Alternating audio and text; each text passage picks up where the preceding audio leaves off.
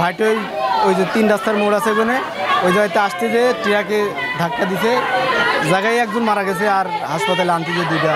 জি, এরা বাপ মা 3 ছেলে 3জন। প্রথম বাচ্চাটা জায়গায় মারা যায় আর প্রতিমধ্যে আসছে যে হাসপাতালে এসে 2জন মারা যায়। আমার শ্বশুর শাশুড়ি আর শালা হয় আসছিল ঝিনাইদহ। এই বাড়ির 2 নং মির্জাপুর ইউনিয়নের মাইলমারি গ্রাম, শৈলকুপা থানা।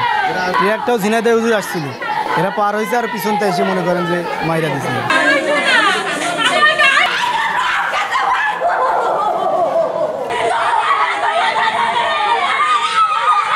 4:30টার দিকে সড়ক দুর্ঘটনায় আহত হয়ে 2জন মুমূর্ষ অবস্থায় আসে ওয়ার্ডে নিতে মৃত্যুবরণ করে। কুষ্টিয়া থেকে যশোরগামী একটি ট্রাক এবং একটি মোটরসাইকেলের মুখোমুখি সংঘর্ষ হয়। ঘটনাস্থলে একজন মারা যান। পরবর্তীতে আমরা হাসপাতালে 2জনকে নিয়ে আসি।